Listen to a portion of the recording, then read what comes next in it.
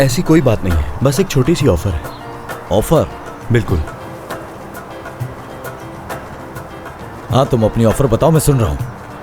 Offer यह है कि इबाद यहाँ से जाना चाहता है, वो अब यहाँ नहीं रहेगा, तो इसीलिए फिर मैंने ये सोचा है कि आपको भी इसके साथ चले जाना चाहिए, क्योंकि मुझे ऐसा लगता है कि उसके साथ आपकी कंपनी बहुत अच्छी रहेगी। क्यों, क्या ख्याल है आपका? तो सीधा बोलो, तुम इसे मेरे ऊपर तैनात कर रहे हो? ओह हाँ, ऐसा कह सकते हैं। क्या ये बात तय है या इसके अलावा कोई और ऑप्शन? नहीं।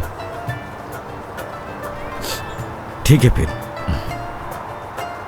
खर्राटे बहुत तेज लेता हूं मैं, पूरी रात 1 मिनट भी नहीं सो सकोगे।